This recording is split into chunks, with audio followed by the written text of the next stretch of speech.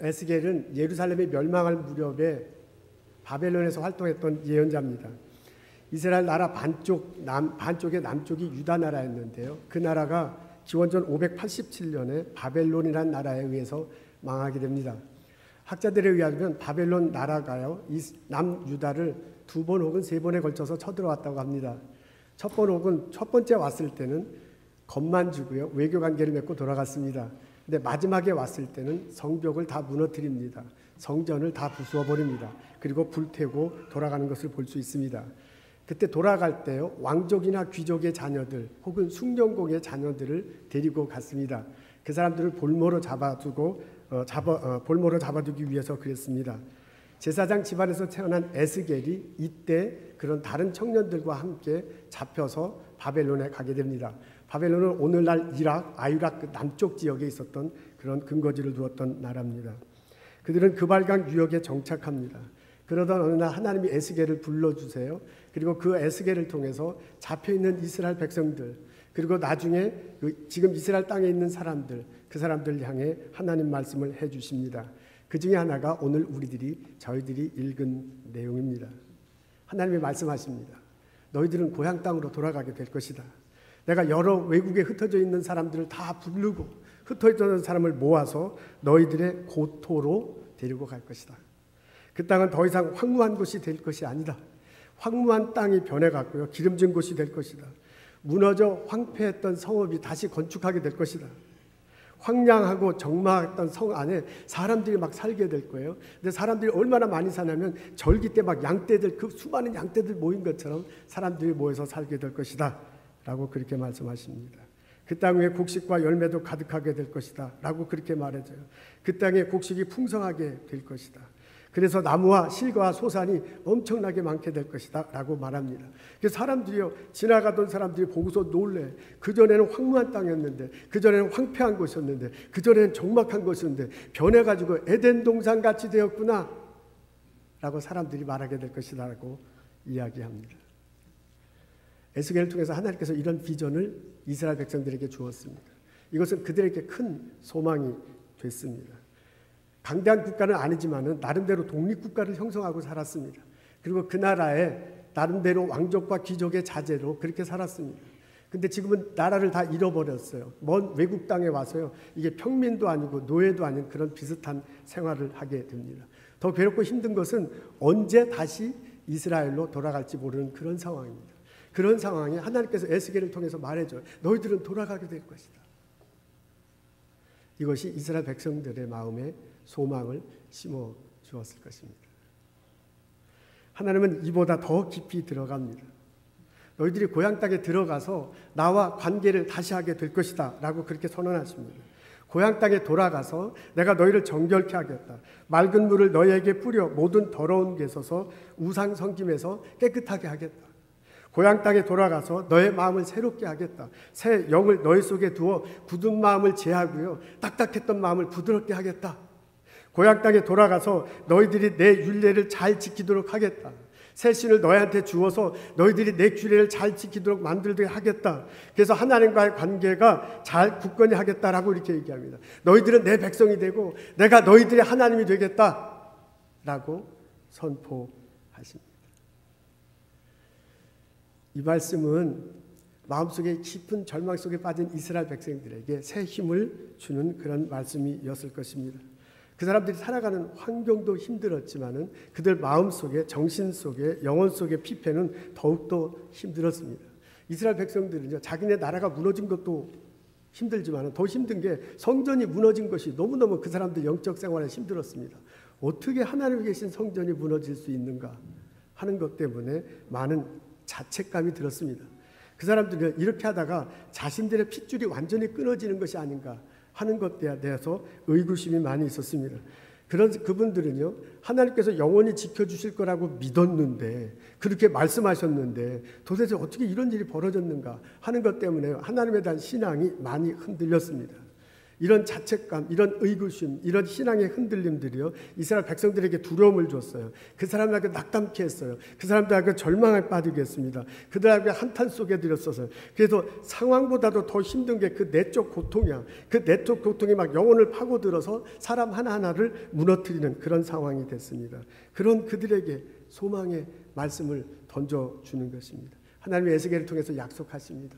여러분들은 고향 땅에 돌아갈 것입니다. 하나님의 에스겔을 통해서 말씀하십니다. 그곳에서 풍요로운 삶이 펼쳐질 것입니다. 그곳에서 하나님에 대한 신앙이 더욱 굳건하게 돼서 내가 당신들의 하나님이 되고 당신들의 나의 백성이 될 것입니다 라고 말해주십니다. 그런데 이런 비전 속에는요, 하나의 조건이 있습니다. 이스라엘 백성들이 이 비전을 공유하고요, 이스라엘 백성들이 이것을 원해야 돼. 그래서 이스라엘 백성들이 하나님께 이것을 원한다고 와서 간구해야 할 것입니다. 37절이 바로 그것입니다. 거기에 보면 그래도 이스라엘 족속이 이와 같이 자기들에게 이루어 주기를 내게 구하여야 할지라 그랬습니다. 여러분, 하나님이 에스겔에게 말할 때는 모든 주어가 나 여호와로 되어 있습니다. 나 여호와가 고향 땅으로 돌아가게 할 것이다. 나 여호와가 성토를 다시 세울 거다. 나 여호와가 성전을 다시 세울 거다. 그렇게 얘기해요. 나 여호와가 그 땅에 곡식을 줄 거다. 그래요. 모든 것 중에 나 여호와가 이렇게 달려 있습니다. 하나님께서 그렇게 하시겠대요.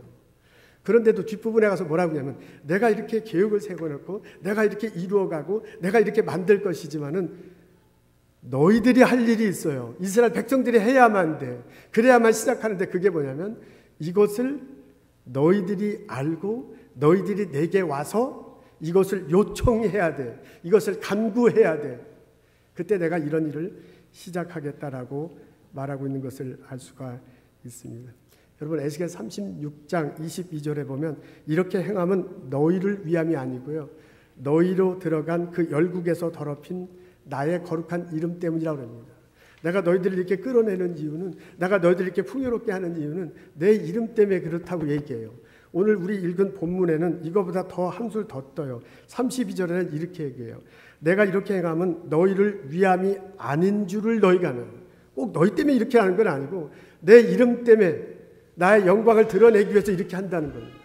그렇게 하나님께서 계획을 세우고 계세요. 그게 하나님의 의도야. 그래서 하나님께서 풍요롭게 하고 싶어. 그럼에도 불구하고 하나님께서 기다리고 있는데 그게 뭐냐면 이스라엘 백성들이 와서 하나님 앞에 요청, 하나님 앞에 간청 하기를 원한다 라고 말하는 소리를 들을 수 있습니다. 이와 같이 자기들에게 이루어 주기를 내게 구하여야 할지라. 이런 하나님의 성품은, 이런 하나님의 일하는 방법은 오늘날을 사는 우리들에게도 동일하게 다가오시고 동일하게 보여주십니다. 하나님은 우리들이요, 하나님은 내가 나의 삶의 문제를 놓고 하나님 앞에 나가서 하나님 앞에 기도하고 하나님 앞에 요청하기를 원하십니다. 하나님은 우리들이 이민 1세대로 이 아픈 세상을 살아가는 거 다 보고 계십니다. 우리에게 닥친 난제가 무엇인지 알고 계십니다. 우리들의 바람이, 그것을 지난 욕망이, 그것을 미치지 못한 우리들의 절망이 무엇인지 알고 있습니다. 하나님은 우리들의 문제를 듣고 있고요, 우리와 함께 하시기를 원합니다. 하나님은 우리 문제가 어떻게 될 것인가를 계획 세워놓고 있습니다. 그럼에도 불구하고 하나님은 내가 하나님 앞에 가기를, 하나님 앞에 가서 요청하기를 기다리고 계십니다. 이와 같이 자기들에게 이루어지기를 내게 구하여야 할지라. 우리가 하나님 앞에 나가기를, 우리가 하나님 앞에 기도하기를, 하나님 앞에 요청하기를 하나님은 기다리고 계십니다. 이 하나님 품 안의 따뜻함이 느껴지기를 소원합니다. 이 하나님 품 안의 애탐이 어떤 것들이신지를 알기를 원합니다. 그래서 내가 내 삶의 문제 속에서 고통스러워하고 괴로워할 때 하나님 앞에 눈을 돌리고 자신의 원함을, 자신의 아픔을 하나님 앞에 기도하고 하나님 앞에 토로할 수 있는 나와 여러분 되시기를 주님의 이름으로 축원합니다. 우리가 나의 삶의 문제를 가지고 하나님 앞에 나가면, 그리고 하나님 앞에 기도하면 간혹 이런 것을 느낄 때가 참 많습니다. 우리는 내 문제가 해결돼서 삶의 풍요로움을 얻기를 원해. 그래서 하나님 앞에 나아가. 근데 하나님은 그것을 딜하시면서요, 하나님은 그 문제에 대해서 말씀하시면서요, 그거보다는 나와 하나님과의 관계가 제대로 되어 있는가 하는 것에 더 관심을 두는 것을 알 수 있습니다. 우리는요, 풍요로운 삶에 대해서 관심이 굉장히 많습니다. 근데 하나님은요, 풍요로운 삶보다도 정결한 삶에 대해서 훨씬 더 관심을 두고 있는 것을 알 수 있습니다. 나는 내 자녀들이 잘 되기를 원합니다. 나는 내가 하는 일이 성공했으면 좋겠습니다. 나는 내 사업이 날로날로 번창했으면 좋겠습니다. 내 연구 결과가 얼마나 좋은지 그런 일이 빨리빨리 벌어졌으면 좋겠어요. 그래서 하나님께 간구해요. 그리고 그것이 막히면 하나님 해결해 주십시오라고 그렇게 기도해. 하나님 그거 들어주셔요. 하나님 그것에 대해서 어떻게 할 것인가를 해결해 주시는 과정 속에서 느껴지는 게 있는 게 뭐냐면, 우리들에게는 그 삶의 풍요로움이 훨씬 더 관심이 많은데, 하나님은 나와 하나님과의 관계, 정결한 삶에 대해서 훨씬 더 관심이 많은 것을 알 수 있습니다. 그래서 오늘 성경에도 보면요, 이스라엘 백성들에게 너희들에게 풍요로운 삶이 있을 것이다 라고 그렇게 비전을 주시면서도요, 그 앞에 뭐라고 하냐면 너희들 삶이 정결한 삶이 되어야 될 것이다 라고 그렇게 말씀해 주십니다. 이게 에스겔을 통해서 이스라엘 백성들에게 하신 것인데요, 우리가 우리의 삶의 문제를 가지고 하나님 앞에 나가 자꾸 기도하기 시작하면 이렇게 하나님께서 우리는 풍요로운 삶을 쪽으로 자꾸 나가는데 그거보다도 정결한 삶을 요구하는 것을 느낄 때가 많습니다. 그래서 우리가 하나님 앞에 나가면요, 하나님께서 그 문제를 듣기 전에 우리들 마음속이 먼저 깨끗해지기를 바라신다는 것을 알 수 있습니다. 그래서 하나님이 에스겔을 통해서요, 이스라엘 백성들에게만 해주는 게 아니라 나에게도 똑바로 얘기하십니다. 너희들이 내게로 오면 내가 너희를 정결케 하겠다. 맑은 물을 너희에게 뿌려서 더러운 곳에서와 우상 섬김에서 깨끗하게 하겠다라고 말합니다. 이것은 뭐냐면 너희들이 내게 다가왔을 때 너의 죄 문제를 내가 먼저 보고 해결해 주겠다라고 말씀하시는 것입니다. 그래서 여러분, 우리들이 삶의 문제를 가지고요, 하나님께 나가 기도하기 시작하면요, 하나님께서 그 삶의 문제를 이렇게 들어주셔요. 그러면서도 내게 요청하신 것이 느껴지는데, 그게 뭐냐면 하나님께서는요, 우리들 마음을 새롭게 하시기를 원해서요, 하나님께서는 내게 새 영을 부어주셔서 내 마음이 새로워지는 것, 그것에 더 관심을 갖는 것을 알 수 있습니다. 그래서 하나님께서 새 영을 불어주셔서 두꺼운 마음을 부드럽게 해주겠다. 내 마음이 열어주겠다. 내 마음이 부드럽게 하겠다. 이것은 뭐냐면 내 마음을 열어서 예수 그리스도를 믿게 하겠다라는 그런 의미입니다. 여러분, 우리들이 삶의 문제를 가지고 하나님께 가면요, 하나님께서 그것을 들어주세요. 그리고 그것을 해결해 주기를 원하세요. 그러면서도요, 우리가 그 문제를 놓고 자꾸 기도하기 싫을 때 그거보다도 우리들이 하나님의 말씀을 지키는가 하는 것에 대해서 훨씬 더 관심을 두는 것을 볼 수 있습니다. 하나님께서요, 에스겔을 통해서 이스라엘 백성에게 주신 말씀이 그대로 내게 해주시는 말씀이에요. 너희들이 내게로 오면 내가 새 신을 부어주겠다. 그래서 내 율례를 지키도록 하겠다라고 그렇게 말하고 있습니다. 그 말은 뭐냐면 너희들이 내게 와서 기도할 때 너희들의 죄를 용서해주고 너로 하여금 예수를 믿게 하고 너희들이 예수님의 말씀을 따르도록 하겠다. 정결한 삶, 이것이 이루어지도록 하겠다라고 하나님이 에스겔을 통해서 나에게 해주시는 소리와 같습니다. 우리는 하나님께 나갈 때 풍성한 삶에 대해서 굉장히 관심이 많아요. 근데 신앙생활을 하면 할수록요, 우리가 기도를 깊이 하면 할수록 하나님은 그 풍성한 삶보다 정결한 삶에 대해서 훨씬 더 관심을 가지고 나를 보는 것을 느낄 수 있습니다. 우리가 하나님 앞에서 정결한 삶에 대해서 고민할 때 우리들 마음속에 가장 먼저 걸리는 것이 있는데, 그것이 뭐냐면 자신의 죄를 회개하는 것입니다. 나의 잘못을 하나님 앞에서 반성하는 것입니다. 나의 허물을 하나님 앞에서 뉘우치는 것입니다.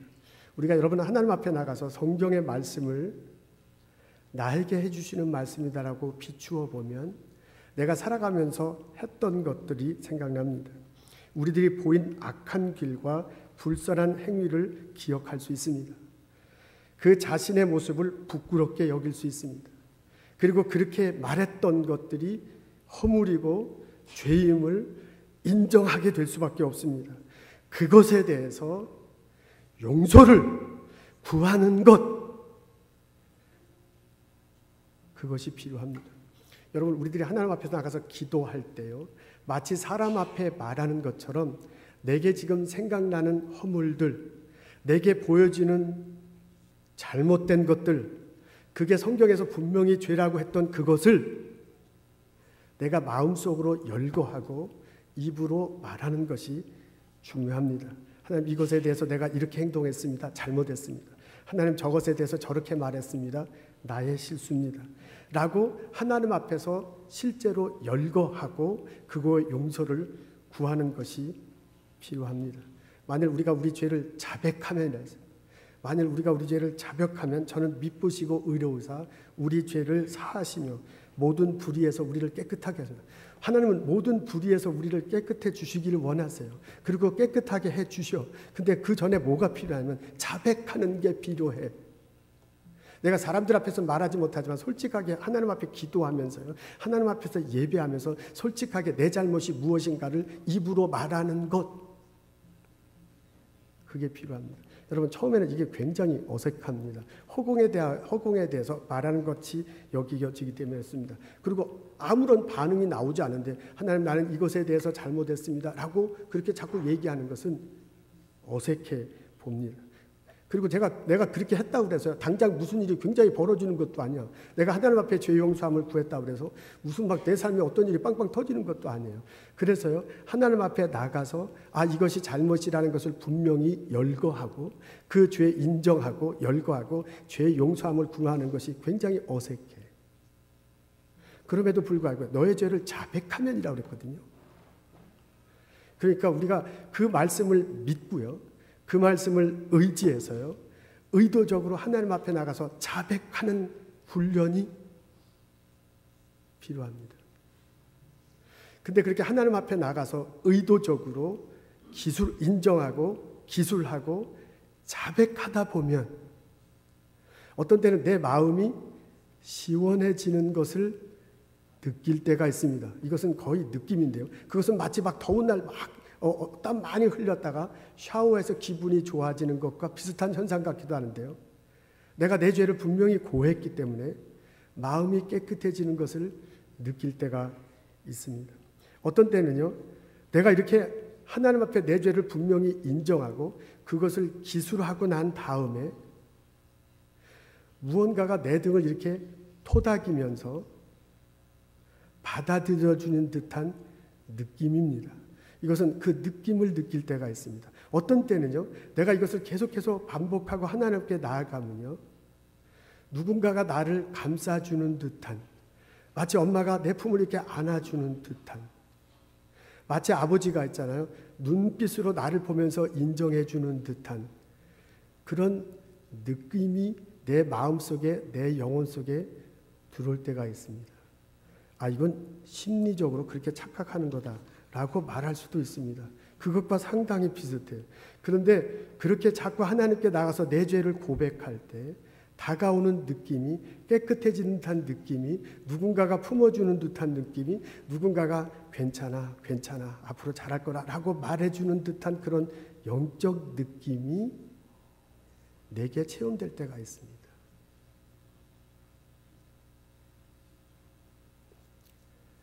그 고백과 그 체험이 나에게 분명히 있기를 주님의 이름으로 축원합니다. 그 고백이 있을 때, 그 체험이 있을 때 하나님이 나를 정결케 하시는구나 라는 것이 느껴지고요, 그것을 인정하고요, 그것을 고백할 수 있습니다. 하나님께서 새 마음을 주시는구나, 하나님께서 새 영을 부어주시는구나, 하나님께서 나로 하여금 행동하도록 하는구나 라는 것을 고백하고 체험할 수 있습니다. 그때 나와 하나님과의 관계가 올바로 될 것이고요, 바로 그 위에서 하나님께서 내게 풍성한 삶을 주실 것입니다. 하나님께서 이스라엘 백성들에게 에스겔을 통해서 해줬던 그 풍성한 삶, 너희들이 고향으로 돌아갈 것이다, 너희들이 그 무너졌던 성전이 다시 세울 것이다, 무너졌던 성벽이 다시 설 것이고 그 주위의 땅이, 황무했던 땅이 비옥한 땅이 될 것이다, 그곳에 많은 곡식과 열매가 쓸 것이다라는 그런 비전이 그 나의 비전으로 내 삶 속에 분명히 이루어질 줄로 믿습니다. 이 비전과 이 체험과 이 고백이 우리들 모두에게 있기를 주님의 이름으로 축원합니다. 여러분, 우리가 하나님 앞에 나가서 내 죄를 고백하면요, 내 삶이 교정되는 것을, 내 삶이 어저스트먼 되는 것을 자주 느낍니다. 그리고 내가 하나님 앞에 나가서 내 죄를 고백하면요, 내 삶 속이 회복되는 것을 아주 자주 느낄 때가 있습니다. 우리가 회개하고 나면 하나님이 우리들 삶을 방향을 교정시켜주는 것을 볼 수 있습니다. 여러분, 내가 하나님 앞에 나가서 잘못했다고 구할 때 그 건수들을 가만히 보면 대부분의 것들이 내 욕심에서 나온 것임을 알 수 있습니다. 하나님은 에스겔을 통해서요, 풍요로운 삶을 약속하셨어요. 지금 여기서 성전이 무너졌던 게 다시 세울 거다, 무너졌던 성벽이 다시 설 것이다, 땅이 비옥하게 될 것이다. 이것이요, 그 사람들에게는 굉장한 거, 우리들은 사실 우리들 삶과 좀 다르기 때문에 굉장한 거 안 같지만, 결국 이렇게 말하는 비전은요, 우리들 삶 속에서도 똑같이 그런 일이 벌어질 거라고 했거든요. 근데 이런 일이 벌어질 때 하나님이 에스겔을 통해서 뭐라면, 나 여호와가 이렇게 해주겠다는 것입니다. 근데 우리들은요, 하나님께서 나를 이렇게 만드시고 나를 이끌어 가신다고 교회 안에서 고백해. 그런데 우리의 삶의 현장에서는요, 하나님 없이 내가 이 풍요로운 삶을 일구려고 무진장 애를 씁니다. 하나님께서 우리들에게 약속하셔서 무너진 성벽이 무너질까. 그러면 우리는 삶의 현장에서요, 이 사업도 안 되는데 하나님 없이 나 혼자 어떻게 이게 풍요롭게 만들려고 하는 것을 볼 수 있습니다. 내가 나 혼자요, 내 땅을 혼자 경작해. 그래갖고 그 땅이 막 비옥한 땅이 되기를 바라요. 하나님께서요, 내가 그렇게 만들어주겠다는데 그게 아니고 하나님 없이요, 내가 땅을 비옥하게 만들어갖고요, 내 식물과 과실을 막 세우려고 그래요. 그래서 무너진 성벽도 나 혼자 해, 무너진 집도요 나 혼자 해요, 무너져 혼자 세워진 것도요, 풍요로운 산도 내가 막 일구려고 해. 그래서 세탁소에 하나님 없어, 내가 있지. 여러분, 연구소에 하나님이 어디 있어요? 내가 있지요. 여러분, 학교에 하나님이 어디 있어? 가르치는 나가 있고 배우는 나만 있어.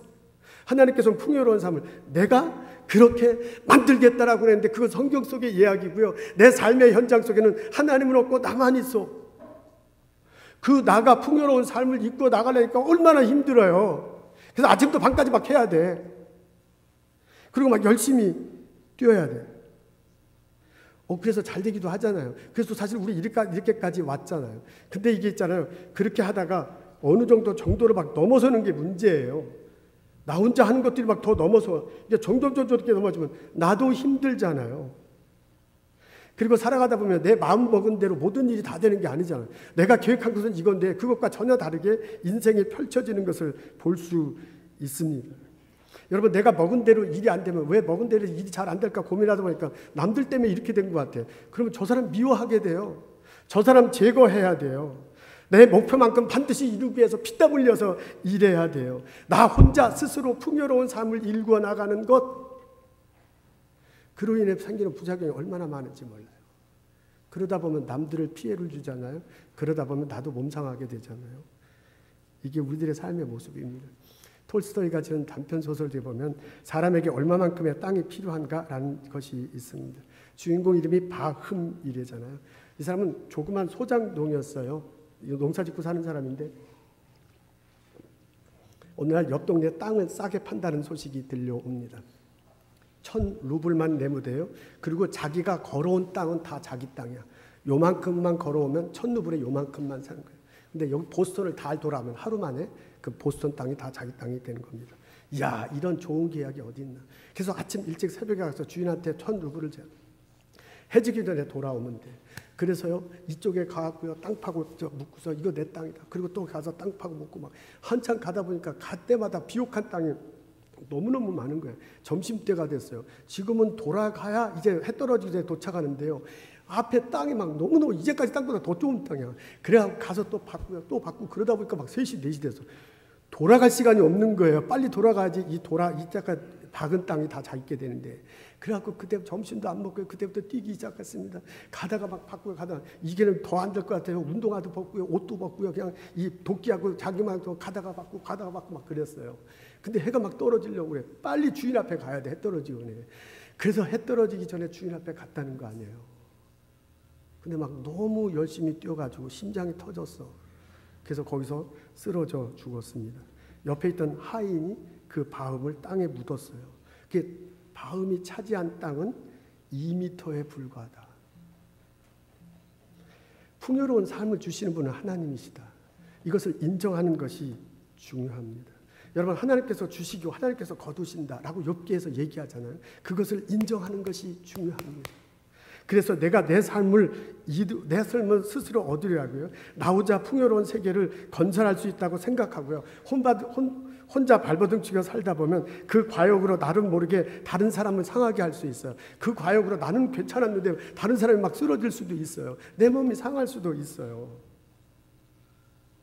그것에 대해서 하나님 앞에 나와서 허물임을 인정하고요. 그것에 대해서 잘못임을 고백하고요. 하나님 앞에 용서를 빌어야 할 것입니다. 하나님께서 나를 감싸 주십니다. 하나님께서 나를 품어 주십니다. 그리고 하나님께서 나를 용서해 주시고 나를 어저스트 시켜요. 하나님께서 풍요로운 삶을 주신다라는 것을 분명하고 고백하고 그 고백 안에서 살도록 하십니다. 내가 하나님 앞에 와서 회개하는 것은요, 결국 나를 위합니다. 여러분, 우리가 하나님 앞에서 자신의 잘못에 대해서 자신의 잘못에서 생각할 때 또 하나님 앞에 이렇게 나와서 자꾸 회개하면요, 하나님께서 나를 회복시켜주는 것을 많이 볼 수 있습니다. 내가 내 스스로 풍요로운 삶을 일궈 나가려고 하다가 생기는 부작용 중에 하나가 오히려 자기를 비하하는 것을 볼 수 있습니다. 여러분, 풍요로운 삶을 살기 위해서 우리는 모두가 다 열심히 일합니다. 미국 땅에 와서 아메리칸 드림을 이루기 위해서 우리는 모두가 다 열심히 일하고 열심히 공부하고 가르치고 연구하고 그러고 있어. 그렇게 하루 종일 막 이렇게 열심히 뛰는데 보면 내가 생각한 만큼 안 되잖아요. 나는 내가 생각한 만큼 안 되는데 다른 사람은 나보다 더 잘 되는 것 같아요. 그럼 이게 상당히 문제가 되기 시작합니다. 저 사람이 나보다 더 잘 되면 속이 상해요. 저 사람만보다 내가 더 잘해야 돼. 그러면 막 더 열심히 해. 그런데도 저 사람보다 내가 되지 않을 때, 그때 우리는 마음속에 불안해집니다. 그 불안을 숨기고 일하다 보면요, 다른 사람은 막 확 나가고 자기만 못 나가는 것 같아요. 그래서 속상해요. 속상하다 보면 자꾸 불안하고 속상하고 생각하면 부정한 생각이 자꾸 내 마음속에 풀어서 걱정을 자꾸 하게 돼. 왠지 내가 자꾸 뒤떨어지는 것 같아. 왠지 내가 잘못한 것 같고요. 다른 사람은 다 잘하는 것 같아요. 그게 자꾸 깊어지다 보면요, 다른 사람은 다 나를 흉보는 것 같고요. 내가 불안하고 내가 무서워져요. 누가 나한테 아무 생각 없이 한 말인데 그 아무 생각 없이 한 말이 나를 욕하는 것 같고 막 일으켜지고 나는 실패한 사람 같아. 나는 곧 죽을 것 같은 생각이 들어요. 수잔 놀렌 혹스마, 예일대학교 심리학과 교수입니다. 이분이 뭐라 그러냐면 이런 상태를 생각의 늪에 빠졌다라고 그래요. 그리고 그 사람이 생각이 너무 많은 여자라는 책을 쳤는데요. 그 책에 보면 이런 것이 오버띵킹이래요. 띵킹을 너무 오버하는 거예요. 생각을 너무 오버해. 적당한 막 해야 돼. 생각이 너무 막 이렇게 지나쳐버려요. 그래서 이런 문제가 생긴다라고 말합니다. 그래서 이렇게요, 생각이 꼬리를 물고 막 부정적인 생각이. 그래서 이 사람 한마디한 그 사람은 아무런 그런 뜻이 아닌데 막 울고물고 해서 자기 혼자 죽을 것 같은 이런 거. 이 생각의 늪에서 벗어나야 돼. 그러니까 이런 생각의 늪에서 벗어나야 된다라고 말하면서 제안을 합니다. 그 중에 하나가 이제 운동을 해라 이런 얘기도 하고요. 휴식을 가져라 이런 얘기도 하고요. 다른 사람과 얘기를 많이 하라 이런 얘기를 합니다. 그러면서 하나를 뭐라 하면 하나는 신에게 맡겨라. 8가지를 제시하는데 그 중에 하나가 신에게 맡겨라. 너가 이렇게 생각하고 생각의 늪에 이렇게 자꾸 빠지는데 그거 네가 할 일이 아니다. 그것은 차라리 하나님께 맡겨라라고 그렇게 말하는 소리를 들을 수 있습니다. 우리가 풍요로운 삶을 만들어 나가야 됩니다. 만들어 나갈 수 있습니다. 근데 그러다가 오히려 지치고요. 그러다가 오히려 내가 넘어져서요. 오히려 내가 비하하게 돼요. 오히려 내가 부정적인 생각의 늪에 빠지게 될 때 그때 하나님께 나와서 나의 삶을 뒤돌아보면 내가 무엇 때문에 뒤틀어졌던 것이 보이고요. 그것에 대해서 솔직히 인정하고 그것에서 솔직히 구술하게 되면 하나님께서 나를 품어주세요. 하나님께서 내 상처를 감싸주세요. 하나님께서 내가 너를 얼마나 사랑한다는 것을 들려주세요. 그리고 하나님께서요, 새로운 것을 보게 하시고요. 새로운 것을 할 에너지를 주세요. 하나님이 회복시켜주는 것을 체험할 수 있습니다. 우리 이럴 때마다 하나님 앞에 나가서요, 하나님 앞에 분명히 기도하고요.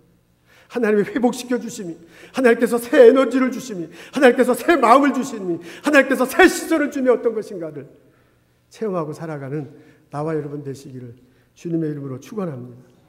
여러분, 이스라엘 백성이 에스겔을 통해서 해준 이스라엘 백성에게 해주신 말씀이 곧 나에게 해주시는 말씀입니다. 오늘도 받은 것 중에서요 우리 살아가잖아요. 몸이 얼마나 아픈지 몰라. 우리 성도들이 몸 아픈 분들이 다 많으세요. 이분은 이렇게 아프고 저분은 저렇게 아프고 저렇게 힘들다고 다 얘기 듣다 보니까 나는 전 몸이 다 아픈 것 같아. 우리 이렇게 몸 아프게 힘들게 살아가면서 살아가고 있어요. 어려운 마음 붙들고 살아가고 있어요.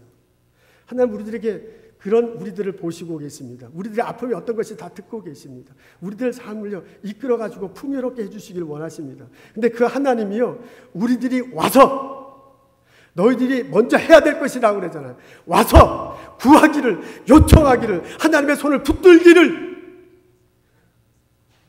원하고 계십니다. 하나님의 에스겔을 통해서요 에덴 동산 같은 것들이 있게 될 것이다라는 그 비전이요 하나님이 내게도 해주시는 말씀이에요. 내 사업터가, 내 가정이, 내 연구소가, 내 학교가, 이 동네가 에덴 동산같이 됐구나 라는 일이 벌어질 거라고 하나님께서 우리에게 주시는 말씀이에요. 근데 그것이 어떻게 해서 이루어지느냐? 내가 하나님께 나아가고 그 하나님의 비전을 붙들고 하나님과의 관계를 맺고 하나님 앞에서 회복될 때 하나님께로부터 에너지를 얻을 때 그런 일이 가능하게 됨을 믿습니다. 둘째 아들이 아버지를 떠나갔대잖아요. 재산 다 팔아먹고선 방탕하게 살았대잖아요. 어느 날 먹을 게 없으니까 돼지 우리간에 가서 쥐염 열매를 먹대. 그러면서 아니 내가 내 신세가 어떻게 이렇게 됐느냐. 나는 차라리 아버지께 돌아가겠다. 아버지 앞에 가면 양식이 풍족하는데 나는 여기서 죽게 생겼구나. 그래갖고 내가 아버지한테 가서 내가 죄인입니다 라고 차라리 말하겠다 그렇게 얘기를 해요. 아버지께로 돌아오잖아요. 근데 그 아버지가 그냥 막 너무너무 와서 환영하는 거예요. 끌어안아줘요. 잔치를 베풀으세요. 그 아버지가 나의 하나님 아버지십니다. 하나님이 에스겔 선지자를 통해서 나에게 말씀하십니다. 이와 같이 자기들에게 이루어지기를 내게 구하여야 할지라.